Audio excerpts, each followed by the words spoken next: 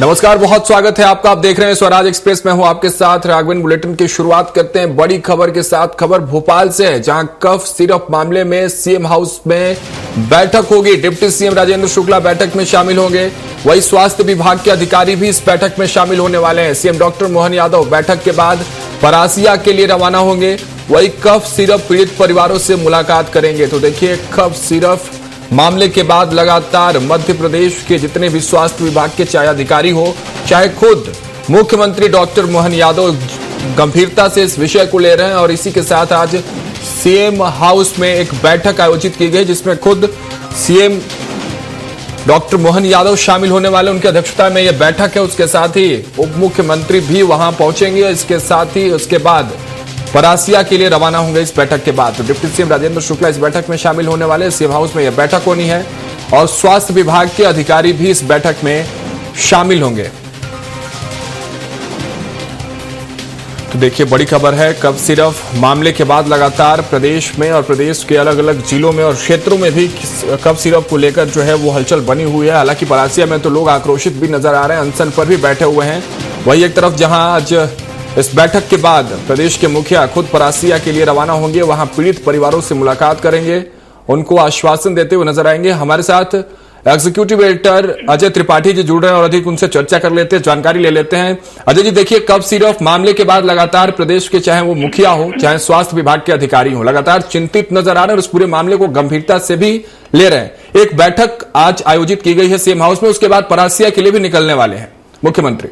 देखिए, चूंकि मुख्यमंत्री 2 दिन लगातार बाहर से गुवाहाटी और असम के दौरे पर थी, जो वहाँ पर इन्वेस्टर्स के साथ बैठक की थी, और आज सीएम जब लौटे हैं रात में तो उन्होंने कल ही प्लान हो गया था और उसको सबको बुलाया गया है इस बैठक में।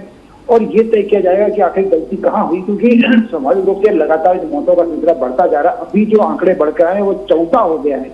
तो ऐसी स्थिति में स्वाभाविक रूप से ये तय होना है कि, और अभी जो वहाँ पर मुख्यमंत्री ने पहले ही वहाँ के जो प्रभारी डॉक्टर थे, चाहे पीडियाट्रिस्ट के डॉक्टर प्रवीण सोनी को सस्पेंड कर दिया, तो उनके खिलाफ एफआईआर भी हो गई है। क्योंकि ये माना गया है कि 1 बच्चा, 2 बच्चों, 3 बच्चों की मौत के बाद भी वो प्रिस्क्राइब किया गया, बार बार वो कफ सिरप प्रिस्क्राइब किया गया, तो स्वाभाविक रूप से उसमें कहीं ना कहीं संदेह की बात नहीं। दूसरी बात, यह drug and food control department जो है भोपाल में, जहाँ के जो कमिश्नर बैठते हैं, उन्होंने कहा है कि इस मामले की जांच के आदेश दे दिए गए हैं और उन सभी लोगों के खिलाफ एफआईआर करने के निर्देश होगा जिसमें दोषी पाए जाते हैं। और मुद्दा ये है कि एक एजेंसी जब ड्रग सप्लाई करती है, यहाँ पर मध्य प्रदेश में ड्रग कॉर्पोरेशन जो है ड्रग खरीदता है, वो अस्पतालों में जाती है, इस बीच की जो जांच पड़ताल होती है वो कहाँ गलती हो जाती है। और चूंकि deputy CM Rajendra Shukla ji health department से जुड़े हुए हैं और निश्चित रूप से उन्होंने पहले ही कहा था कि इसमें जो पहली जांच आई थी उसमें साफ कहा गया था कि किसी प्रकार का हानिकारक तत्व तो नहीं पाया गया। लेकिन बाद में जिस तरह से उस कफ सिरप में तमाम चीजें निकली, तो स्वाभाविक रूप से ये बात गहन हो गई कि आखिर इंफॉर्मेशन, गलत इंफॉर्मेशन भी दी गई।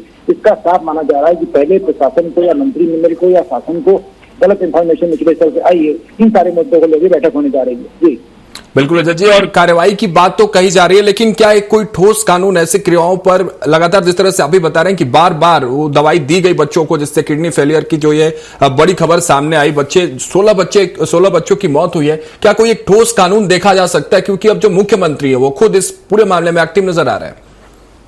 हाँ, निश्चित रूप से अगर वो डॉक्टर को पता था कि इससे हो रहे और उसके बाद भी डॉक्टर रिकमेंड कर रहा है, डॉक्टर प्रवीण सोनी ने उसे रिकमेंड किया, प्रिस्क्राइब किया, तो स्वाभाविक रूप से उनके खिलाफ गैर इरादतन हत्या का मामला दर्ज होना चाहिए, लापरवाही का मामला दर्ज होगा।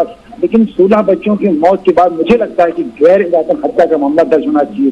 दूसरा जो मैं एक बात और कहना चाहता हूँ कि इसमें पूरा ड्रग्स कंट्रोलर डिपार्टमेंट है। ड्रग्स कंट्रोलर डिपार्टमेंट में फूड ऑफिसर होते हैं, अपनी जांच का काम, ड्रग इंस्पेक्टर्स होते हैं, उनकी जिम्मेदारी बनती है कि समय समय पर हफ्ते में जो दवाइयां जा रही है मार्केट में, उनका जांच करें, उनके देखें, उनकी जो बैच नंबर है, उनके कंटेंट एलिमेंट्स में शामिल। लेकिन इसकी मुझे लगता है कि इसमें कहीं जांच नहीं की गई, तो स्वाभाविक रूप से food and drug control department के खिलाफ भी एक्शन होना चाहिए।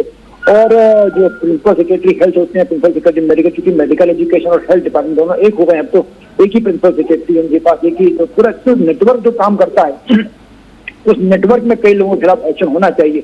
और सबने अपनी जो निश्चित रूप से अगर ड्रग इंस्पेक्टर ने पिछले 15 दिन में, 20 दिन में या 2 महीने में इसकी कोई पड़ताल नहीं की, तो इसके खिलाफ भी एक्शन होना चाहिए। ड्रग का जो सिटीजन हो उनके खिलाफ भी एक्शन होना चाहिए। ये अब तय होगा, जिम्मेदारी आज तय होगी। मुझे लगा इस बैठक में सारे मुद्दों पर चर्चा होगी। जी बिल्कुल टॉप टू बॉटम इसमें कार्रवाई जरूरी भी है, लेकिन एक चीज और इस पूरे मामले की गंभीरता को दर्शाता है त्रिपाठी जी। देखिए, जबलपुर का दौरा था, उसको रद्द कर दिया मुख्यमंत्री और आज छिंदवाड़ा परासिया के गांव में पहुंचने वाले हैं। स्वाभाविक रूप से जैसा हम लोग समझ पाते हैं कि ये जो दवा दी गई थी, ये तो वहाँ के चेन्नई से आता है, तमिलनाडु की कंपनी इस्तेमाल करती है, फार्मास्यूटिकल जो है नहीं कर रहे हैं, तो निश्चित रूप से वहां से मुझे लगता है कि मुख्यमंत्री जी ने अब इसमें ज्यादा इसलिए वो लिया है कि वहां से रिपोर्ट आ गई होगी, क्योंकि मध्य प्रदेश की सरकार से जांच कर रही है और तमिलनाडु की सरकार ऑलरेडी इसमें जांच कर चुकी है।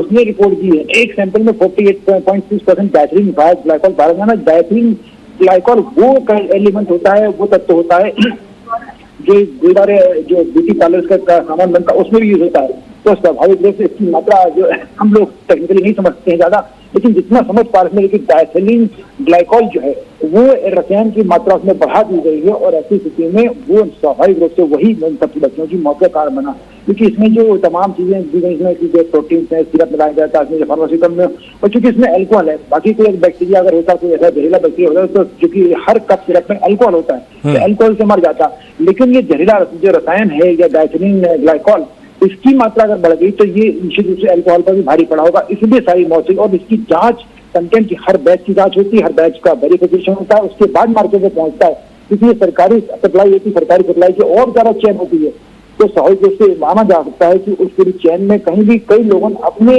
कर्तव्यों का निर्वहन नहीं किया और यही इसमें सारे बच्चों की मौत का कारण बना।